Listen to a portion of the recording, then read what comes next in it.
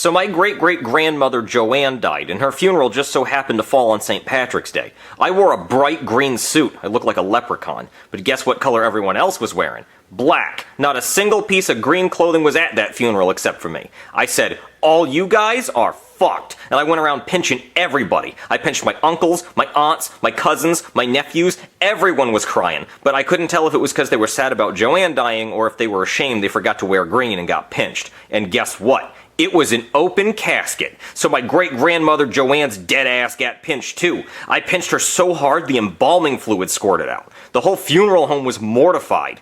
That was the saddest day for my family, but the happiest day for me, because I didn't forget to wear green. So when I was in high school, we had school dances like homecoming and prom, and everyone would ask girls out trying to get dates to the dance. But there was this one kid who never had to worry about getting a date to the dance. Always had a date to the dance, Lance. You see, Lance was rolling in dates. Every time a school dance was coming up, all the girls in school would tell guys no because they were hoping Lance would take them to the dance. I asked so many girls to the dance in the craziest ways, and they still said no, hoping for a chance to the dance with Lance. I hired an airplane advertisement company to fly a banner asking a girl out, and she said no. I had the chorus class sing to a girl in class, and she still said no. And I even had the lunch lady spell it with french fries for a girl, and she said no. No one had a chance against Lance. Me and all the other guys were pissed. We would go to the dance without dates, and all the girls took one glance at Lance, and they were in a trance. And the dance was themed like France. I knew I had to stop this nonsense, so I put ants in Lance's pants, but it just enhanced his dance. So then, I pantsed Lance while he danced. Turns out he had a huge dong. He began to prance with it dragging behind him, and then Lance was expelled after that for refusing to pull up his pants. But I heard Lance has a degree in finance, and he loves plants.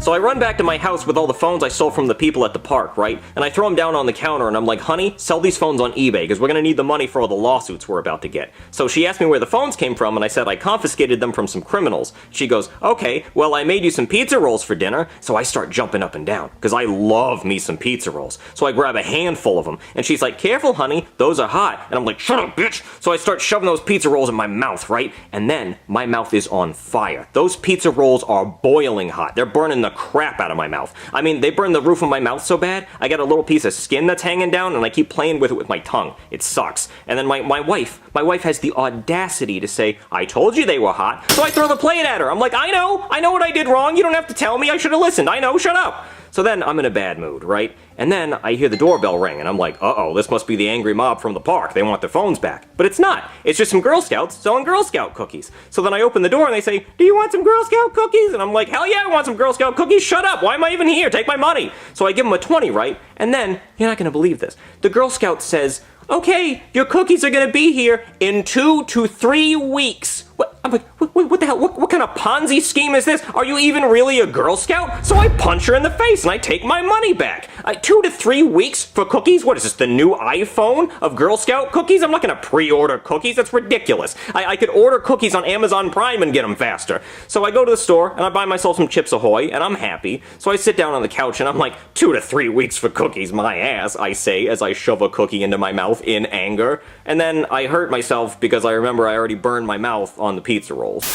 So in high school, there was this kid named Gary, and he loved to eat glue. Every time you looked at him, he was squeezing a bottle of Elmer's glue in his mouth. For lunch, he'd bring a lunchbox full of glue. Nothing but glue. And he'd eat it. Bro was constantly in the bathroom, constipated from all the glue in his ass. Everybody would point at him and say, glue eater, glue ass. But he loved it. He didn't care what anyone thought of him. And I thought that was pretty cool. So I asked him to go to Applebee's with me, and I ordered the mozzarella sticks. But he brought glue sticks, and he just chomped on them. But we became good friends. But he died the way you'd expect someone who ate glue would die. A skydiving accident. You see, we had a senior skydiving trip at my school, and you had to pick a partner and pack your own stuff, and he said, don't forget the parachutes, but I thought he said pair of shoes. So when he jumped out of the plane and he went to deploy his parachute, a pair of Nike Air Jordans came out and he hit the ground and died. I was so confused because they were Air Jordans, but I guess that didn't matter. So I didn't jump out after I saw what happened. But his tombstone was the shape of a bottle of glue. Elmer's paid for all the funeral costs. Well, I work at the mall, right, as an elf, so there's a lot of kids around. So this one kid ran up to me and he was like, elf boy, and he kept throwing candy canes at me. And I was like, listen here, you little shit. If you don't knock it off, I'm gonna punch you in the mouth and knock your teeth out. And then he stomped on my foot, so I popped him in the mouth and knocked his tooth out, and he ran away crying. And I was like, now you're useless and toothless, you little bitch.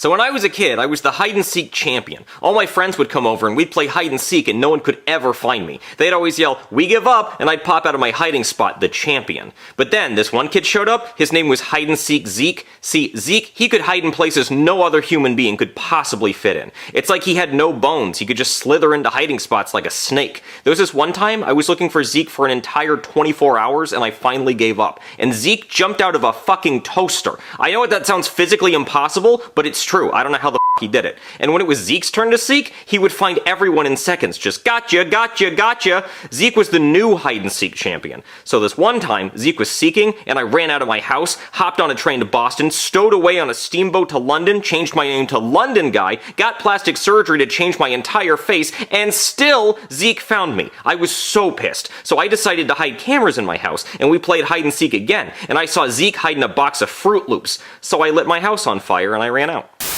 So I was in high school, and it was St. Patrick's Day, and I was wearing all the green. Green pants, green shirt, green shoes, green hat, everything. I even ate green snow cones so my shit would be green. No one was pinching me that day, except this kid named Diddley. He pinched me even though I was wearing green, but I just punched him in the face. Anyway, I was in class pinching any kid that wasn't wearing green, and they couldn't say shit because they weren't wearing green, and I caught them. So after I was done pinching the whole class, I saw the perfect victim, Mrs. Thickhams, my sex ed teacher. She had the fattest ass. I'm talking a huge dumpy. Humpty Dumpty sat on a wall, and the wall was her ass. Everyone in school wanted to know if it was firm or juicy, and I noticed she wasn't wearing green, and I thought, today's the day I finally find out what Mrs. Thickham's ass feels like. She was handing out tests from last week, and when she got to my desk, I looked her up and down to make sure she wasn't wearing green, and she wasn't, so I pinched the hell out of her ass, and it felt like jello. I pinched it a few more times, and I even gave it a smack, and then she turned around and yelled, "Brooklyn Guy, principal's office, now!" And I said, "But Mrs. Thickhams, you aren't wearing green, and you're double caked up on a Tuesday." So she said, "I am wearing green," and she pulled down her pants and showed me her green thong. And man, I wasn't even mad I got suspended for 2 weeks. That was the greatest day of my life. But Mrs. Thickhams did get arrested for mooning the whole class.